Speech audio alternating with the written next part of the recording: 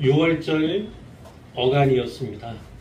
예수님의 마지막 6월절이기도 하죠.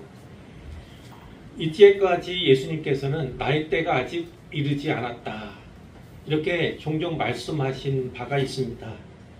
그런 예수님께서 이제 나의 때가 되었다, 이런 취지로 말씀을 바꾸게 되시는데, 그 계기가 된 사건이 무엇인지 지난주에 살폈죠. 요한복음에 보면 12장 20절에 명절에 예배하러 올라온 사람 중에 헬라인 몇이 있었다, 이렇게 시작되는 대목입니다. 그러니까 이 사람들은 이방인입니다. 이방인 가운데 유대교로 개종한 사람들이 바로 이 사람들이에요. 그 헬라인 몇이 이 명절을 맞아서 예루살렘에 왔는데, 거기에서 예수님에 대해서 이제 듣게 되고 알게 되었다는 것입니다. 그러니까 그 사람들이 예수님을 만나고자 했습니다. 그래서 제 아들에게 요청해서 예수님께 여쭈었을 때 예수님이 뭐라고 말씀하십니까? 인자가 영광을 얻을 때가 왔도다, 이렇게 말씀을 하셨어요. 그리고 32절에 보니까 내가 땅에서 들리면, 예수님이 십자가를 말씀하시는 겁니다. 내가 땅에서 들리면 모든 사람을 내게로 이끌겠노라, 이렇게 말씀을 하셨고, 사도 요한은 33절에서 그것을 이렇게 말씀하시면 자기가 어떠한 죽음으로 죽을 것을 보이신 것이다, 이렇게 요약해 주고 있습니다. 자, 이 말씀에서 이어지는 본문이 바로 오늘 말씀인데요. 이 말씀 속으로 들어가 보도록 하겠습니다. 오늘 본문은 크게 세 부분으로 나누어지는데, 그것을 빛과 관련해서 제가 작은 제목들로 이제 살펴보도록 하겠습니다. 첫째는 빛이 있을 동안에 그 빛을 믿고 따르라는 초청의 말씀이에요. 빛이 있을 동안에 그 빛을 믿고 따르라는 초청의 말씀이 34절부터 36절까지에 기록되어 있습니다. 무리들이 예수님의 말씀 가운데 인자에 대한 이야기에 말하자면 꽂혔어요. 주목하게 되었습니다. 자, 거듭 말씀드리자면 인자가 이제 영광을 얻을 때가 왔다, 내가 땅에서 들리면 모든 사람을 내게로 이끌겠다, 이렇게 말씀하신 부분에 집중했다는 것입니다. 자, 무리들이 얘기했습니다. 우리는 율법에서 그리스도가 영원히 계신다함을 들었다. 그것은 틀린 말이 아니죠. 율법은 메시아에 관해 예언하고 있습니다. 여러 부분이 있습니다. 그 가운데 인자라고 하는 단어를 사용하고 있는 본문도 있어요. 예를 든다면 다니엘 7장 13절 14절이 하나가 될 것입니다.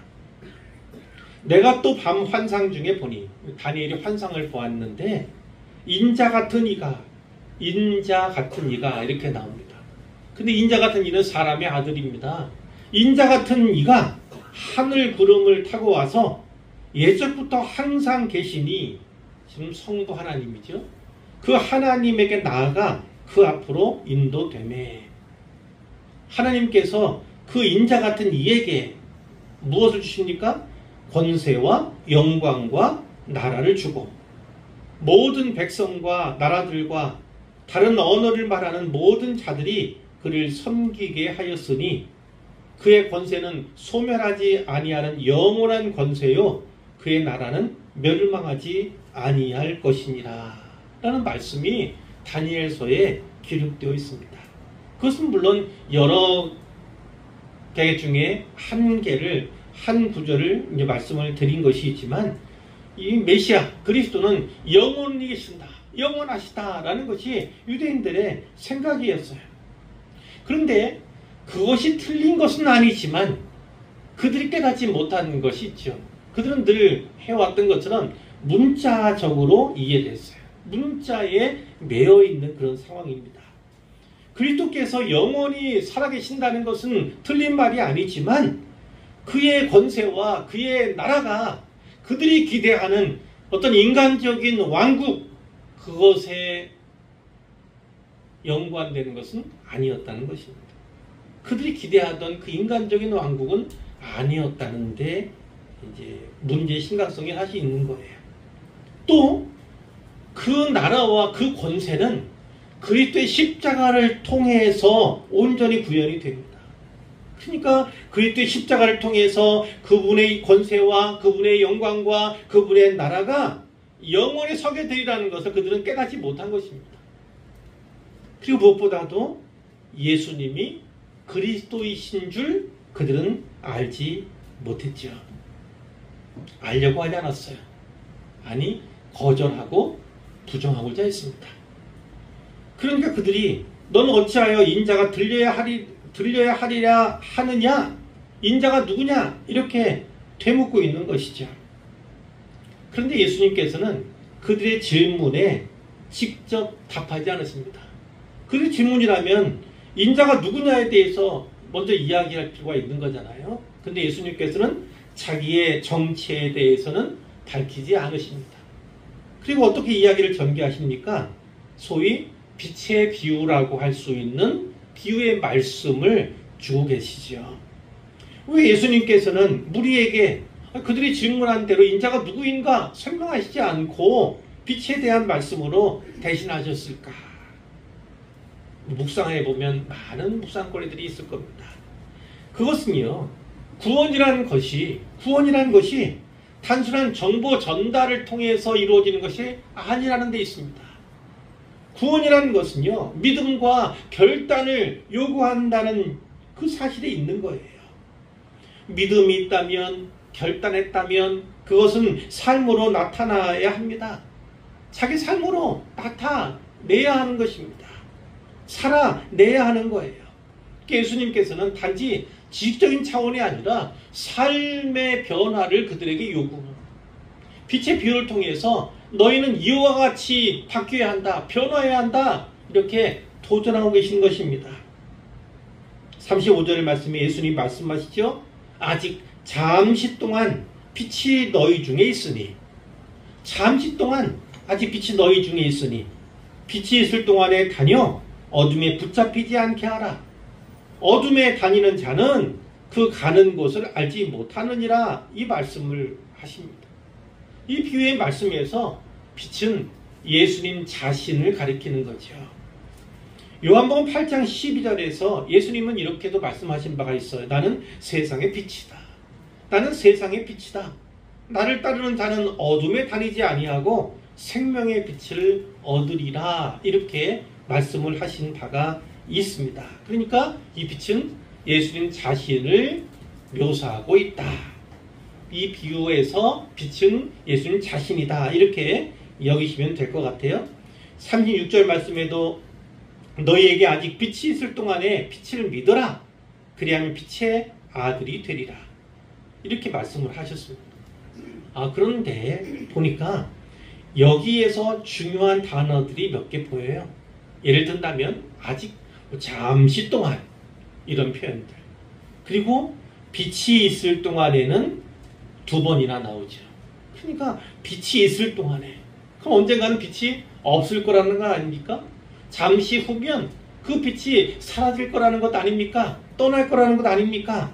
그러니까 그것을 우리가 유념할 필요가 있습니다. 구원의 날은요, 구원의 날은 유한하다는 겁니다. 유한하다는 거예요. 때에 한계가 있다는 겁니다. 어느 때까지는 기회입니다. 그러나 그 기회의 때를 넘기고 나면 더 이상의 때는 주어지지 않는다는 겁니다.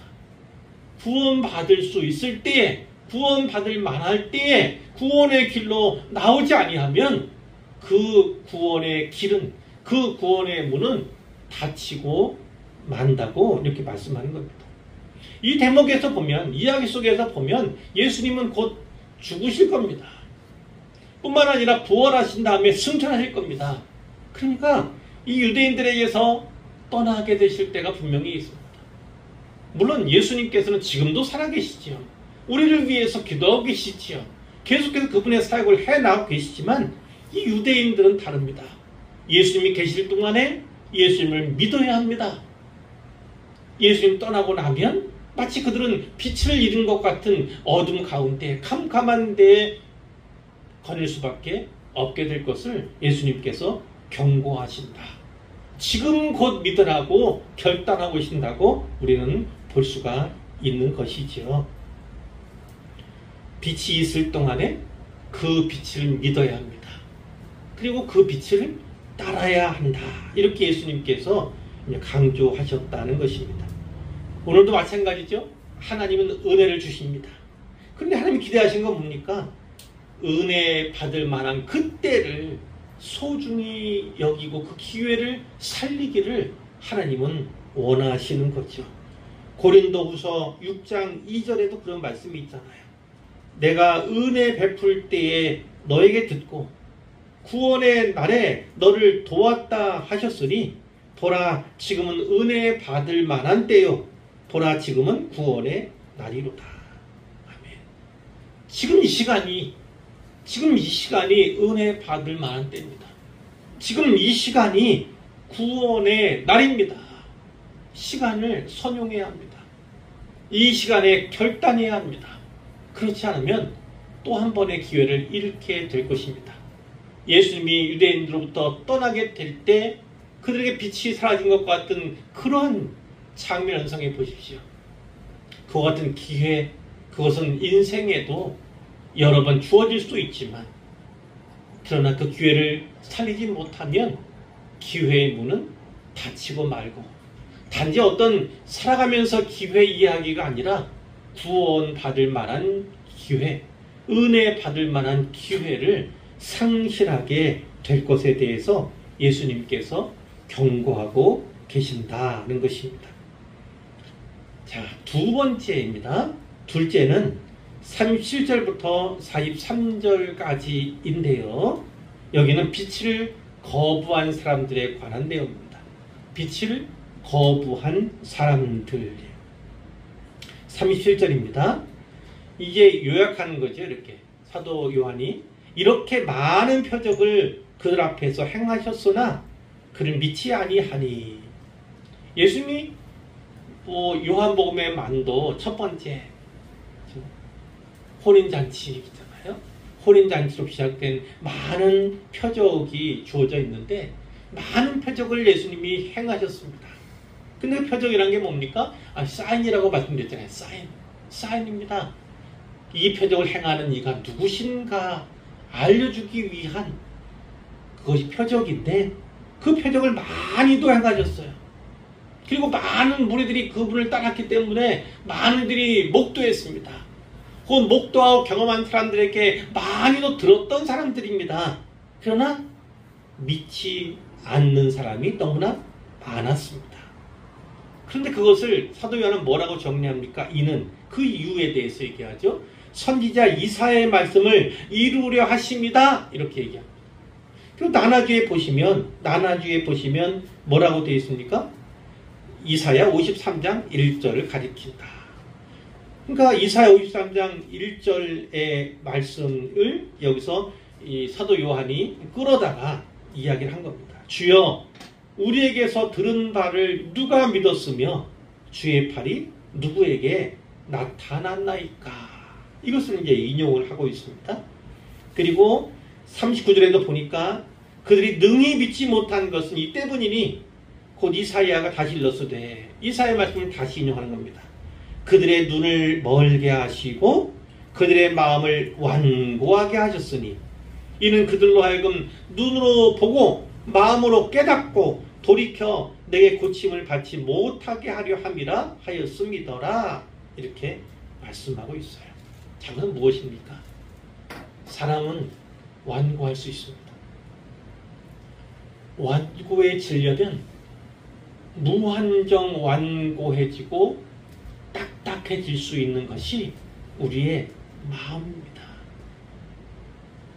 그런데 이렇게 딱딱한 마음, 완고한 마음을 갖게 되는 것은 하나님의 심판의 일종이기도 합니다. 심판의 일종이기도 해요.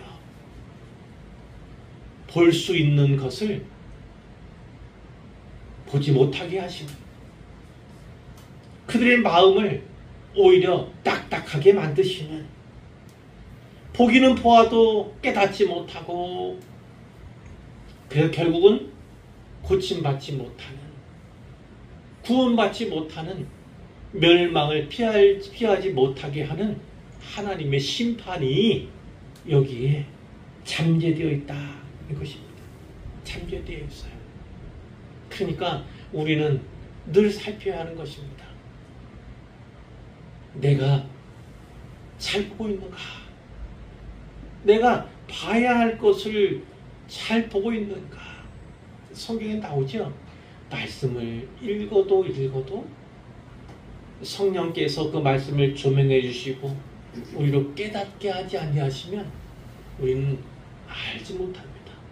무지 상태를 벗어날 길이 없어요.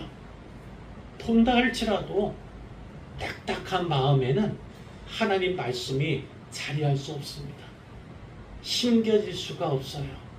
신비의 말씀이 새겨지기가 어렵습니다.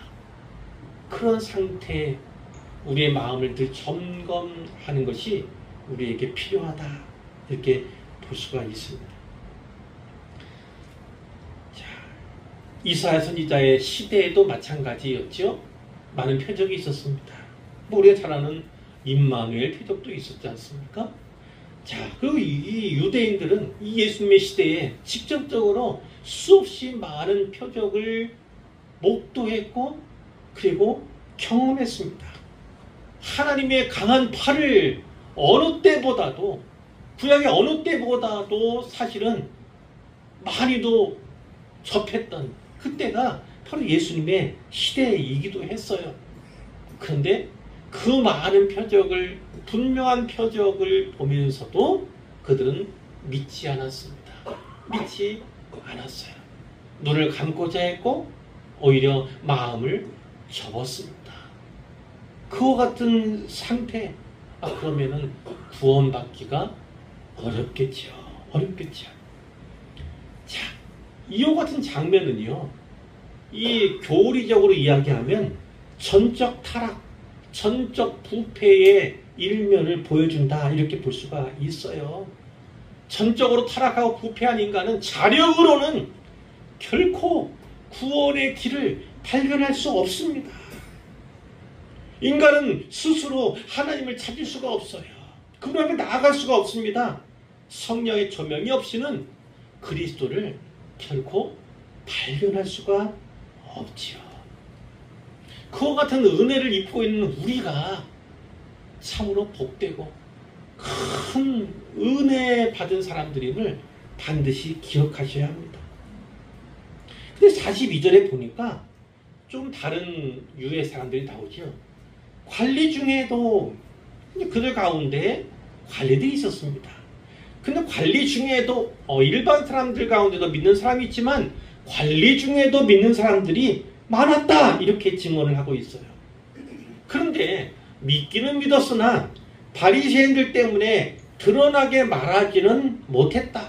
예수님에 대해서 좋은 얘기를 한다든지 좋은 평가를, 우호적인 평가를 한다는 것을 생각도 못했고 그분을 따르는 것은 너무나 좋아했다. 왜냐?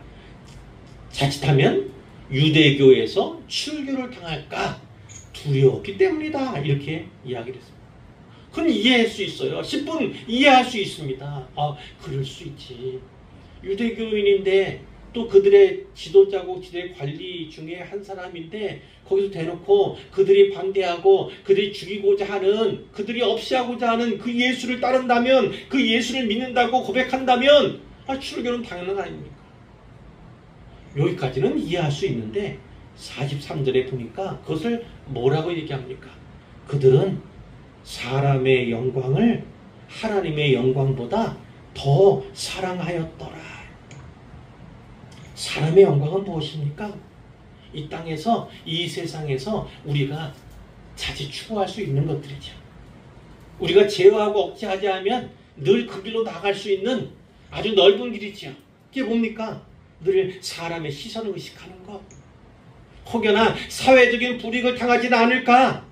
혹시 내 체면, 내 지위, 내 권세, 내 명예, 흥이나 누가 되지 않을까? 요 생각하는 요것들이에요. 요것이 바로 사람의 영광을 하나님의 영광보다 더 사랑하였더라. 근데 이 사람의 영광이라는 것이 좀 막연하게 되어 있잖아요. 그런데 이것은 결국 뭡니까? 자기 영광입니다. 자기 영광. 하나님의 영광보다 자기 영광을 더 사랑했다. 그것은 결국 무엇입니까? 단지 두려움 때문에 출교당할까 하는 두려움 때문에 비롯된 것이 아니고 사실은 그들의 모습 속에는 하나님의 영광보다 자기 영광을 추구하고자 하는 그러한 욕망이 그들에게 있었다는 것을 분명히 말씀하는 거예요. 다른 말로 하면, 쉽게 말하면 내 영광이 하나님 영광보다 더 중하고 귀하다, 이런 생각에 사로잡혀 있기 때문에 바리새인들 때문에 드러나게 말하지 못하는 이러한 결과가 나타난 거다.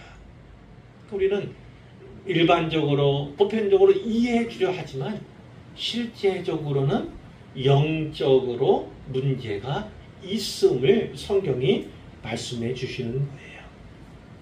하나님을 주인으로 섬기는 자들이 하나님의 자녀입니다. 그런데 자기 자신을 주인으로 섬기는 이들에 지나지 않는다고 사도 요한이 크게 경고하고 있으면 우리가 유념할 필요가 있는 것이죠. 자, 세 번째입니다. 세 번째는 44절부터 50절의 말씀인데 거기에는 빛을 믿는 자에게 주시는 약속이 기록되어 있습니다. 빛을 믿는 자에게 주어지는 약속. 44절입니다. 예수님께서 외쳐 이르셨다. 선포하셨다는 겁니다. 선포. 사람들 가운데 선포하셨다. 뭐라고요? 나를 믿는 자는 나를 믿는 것이 아니다. 나를 보내신 이를 믿는 것이다. 나를 보내신 누굽니까? 바로 하나님 아버지를 믿는 것이다. 예수님 자신을 믿는 것은 하나님 아버지를 믿는 것과 같다, 이 얘기를 하시는 겁니다. 그 얘기는 무엇입니까? 내가 곧 하나님이시다.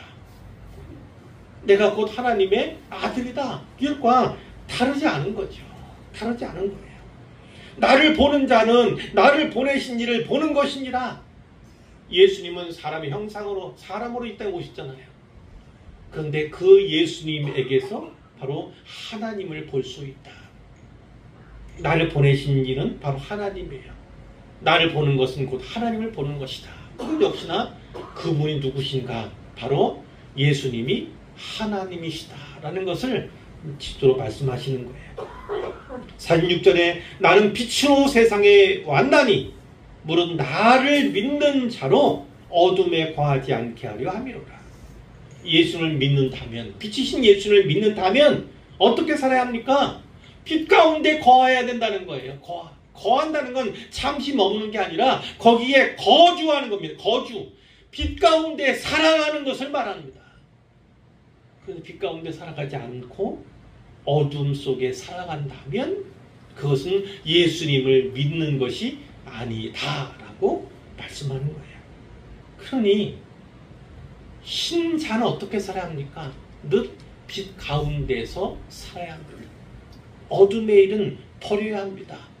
특별히 어둠에 거하지 않도록 주의해야 합니다. 주의해야 합니다. 그 어둠의 일 가운데 뿌리를 박거나 거기에 마음을 크게 두어서 거기 머문다고 한다면 믿음은 떨어질 수밖에 없습니다. 그것은 구원에서 이탈할 수밖에 없는 결과를 보여주기도 하는 것이죠. 47절에 사람이 내 말을 듣고 지키지 아니할지라도 지금 내 말을 듣고 지키지 아니할지라도 그를 심판하지 아니한다. 지금은 심판하지 않아요. 왜냐? 예수님이 오신 것은 세상을 심판하려고 온 것이 아니라 구원하려고. 심판을 오셨다면 그 당시에 수없이 많은 유대인들이 죽임을 당해야 했을 것입니다. 심판받아 멸망당했을 거예요. 그래서 예수님께서는 기회를 주셨어요. 왜냐? 예수님이 살아계시는 그 공생애의 시간 동안 많은 사람들을 하나님께 돌아오게 하는 그 일을 위해서 오셨기 때문에 역시 그것도 기회죠. 그 기회를 선용하면, 잘 살리면 구원받을 수 있는 것입니다. 예수님은 바로 세상에 구원을 주시기 위해서 오셨다는 것입니다. 그러나 언젠가는 심판의 때가 도래하겠지요. 나를 저버리고 내 말을 받지 아니하는 자를 심판할 이가 있다. 심판할 이 어느 분이 심판하실까요? 곧 내가 한 그 말이 마지막 날에 그를 심판하리라. 예수님의 말씀을 들었어요. 그 동시대에 예수님께서 들었어요. 근데 예수님께서는 그때 아무도 심판하지 않으셨습니다. 그들에게 구원을 선포하러 오셨기 때문이죠. 그들에게 구원받게 하시기 위해서 오셨기 때문입니다. 그러나 언젠가는 때가 이를 것입니다. 심판의 때가 이르겠죠. 그때는 예수님께서 그들에게 주셨던 그 말씀 한 구절 한 구절이 바로 그들을 심판하게 될 것입니다. 오늘 우리도 마찬가지입니다. 우리는 예수님에 대해서 배웠어요.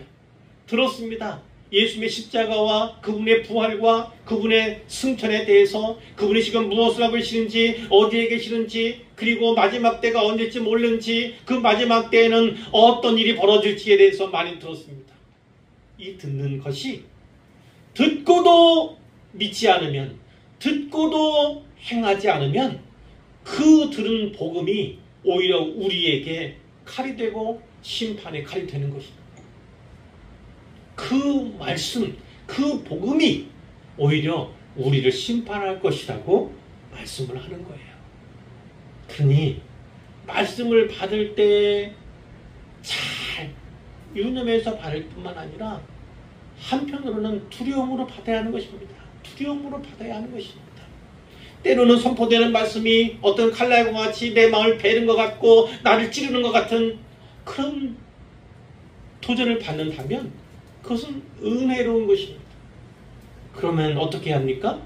바로 지금이 은혜 받을 만한 때고 지금이 구원의 날임을 깨달아 지금 삶을 돌이켜야 합니다. 변화시켜야 합니다.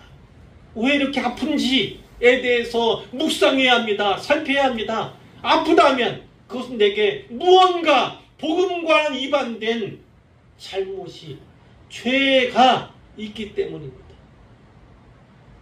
찔림 받으면 살펴야 하고 돌이켜야 하는 것. 그것이 바로 은혜입니다. 그러니까 찔림 받는 것은 은혜의 일이지요. 그것은 심판의 일이 아닙니다. 그러나 찔림 받고도 바꾸지 않으면, 찔림을 받고도 변화시키지 않으면, 그러면 결국 그것은 심판의 칼날이 될 것입니다. 두려운 말로. 그러니까 마지막 날은 심판의 날입니다. 그 심판의 날에 이 복음은 오히려 누군가를 향한 기소장이 될 것입니다. 누군가를 향한 판결문이 될 것입니다. 그리고 심판을 면하지 못하게 될 것입니다. 49절에 내가 내 자유로 말한 것이 아니다. 내가 내 생각대로 내 뜻대로 너에게 전한 것이 아니다. 나를 보내신 내 아버지께서 내가 무엇을 말하고 무엇을 이뤄야 하는지, 무엇을 전해야 하는지 친히 명령해 주셨다. 나는 그 명령하신 것을 그대로 전했을 뿐이다. 그의 명령이 나는 영생인 줄 안다. 그럼 어떤 겁니까? 하나님의 말씀, 예수님이 전하는 그 하나님의 말씀을 그대로 받아 지키면 어떻게 됩니까? 영생의 길은 보장된다는 겁니다. 영생의 길이, 생명의 길이, 영원히 하나님과 함께 할 수 있는 길이 약속되어 있다는 것입니다. 그러므로 내가 이르는 것은 내 아버지께서 내게 말씀하신 그대로다. 하나님께 너희를 구원하시기 위해서 나를 이 땅에 보내셨고 나에게 공생의 삶을 살게 하셨으며 많은 표적을 베풀게 하셨고 너희를 구원하기 위해서 많은 하늘나라의 일들을 가르치고 교훈하고 선포하고 전하게 하셨다는 것입니다. 하나님은 영생을 원하시고 너희 영생 주기를 원하신다. 그러니 이 말씀을 내가 전하는 하나님 말씀에 귀를 기울이고 마음을 열어서 나를 믿으라. 이렇게 예수님이 이 말씀을 주시는 것이죠. 자, 이 말씀 참으로 중요한 말씀이죠. 중요한 말씀인데 짧게 결론을 내보도록 하겠습니다. 자, 인생 살다 보면 많은 기회들이 있어요. 그렇죠?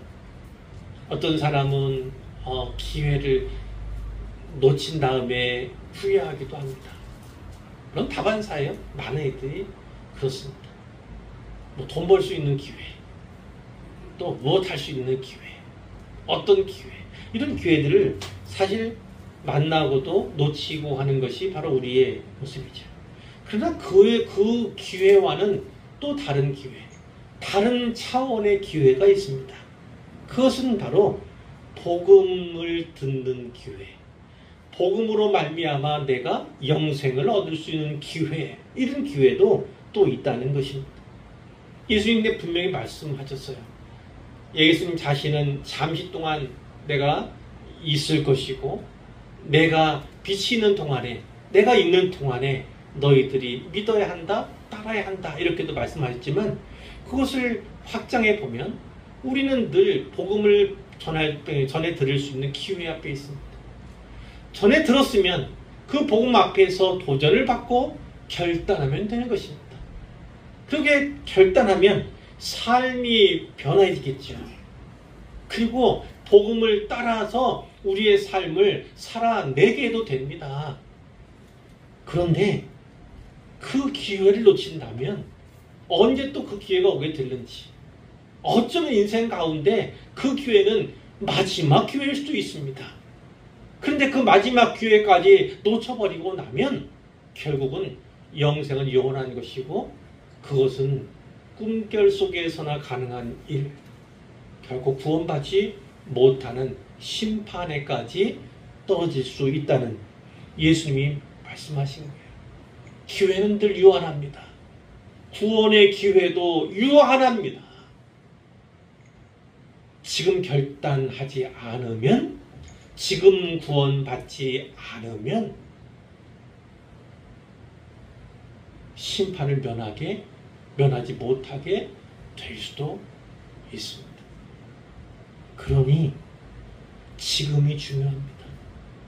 복음을 듣는 지금이 중요하고 지금 결단해야 구원받을 수 있습니다. 예수님은 빛이 있을 동안 믿으라 이렇게 말씀하셨어요.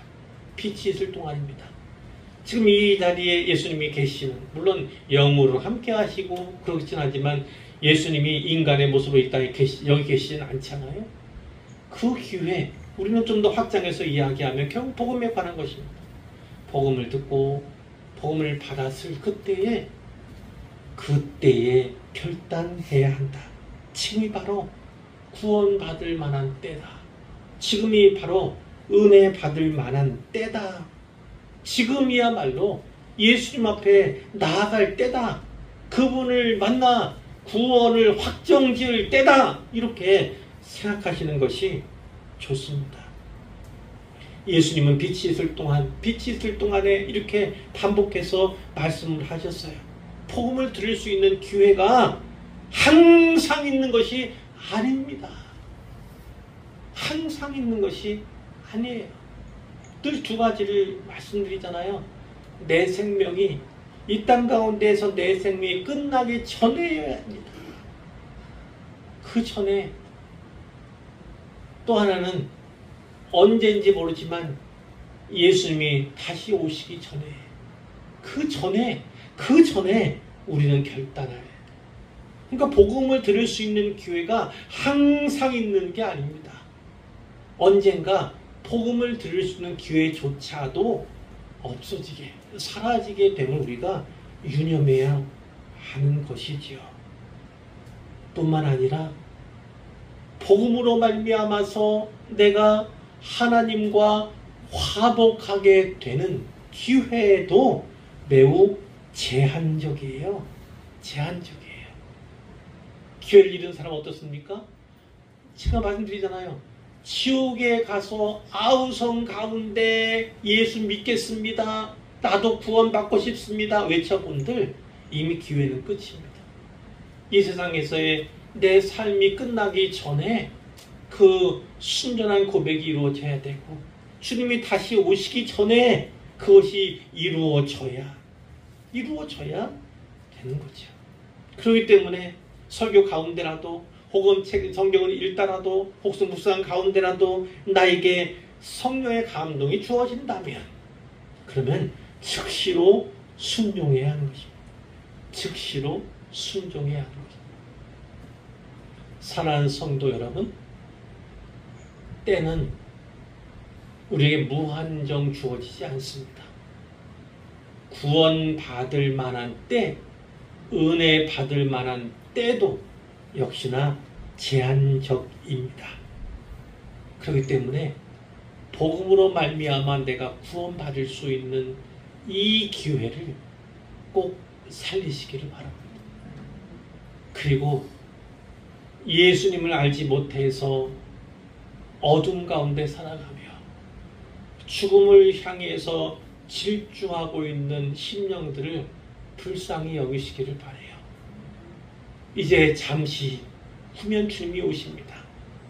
이제 그 빛이 있을 동안에 복음을 믿어야 들어야 할 수 있는 그 문이 닫히기 전까지 주변에 있는 사람들을 다시금 살피고 특별히 내 가족을 살피고 내 형제 자매를 살피고 내 자녀들을 살피는 지혜로운 분들 되시기를 주님의 이름으로 축원합니다.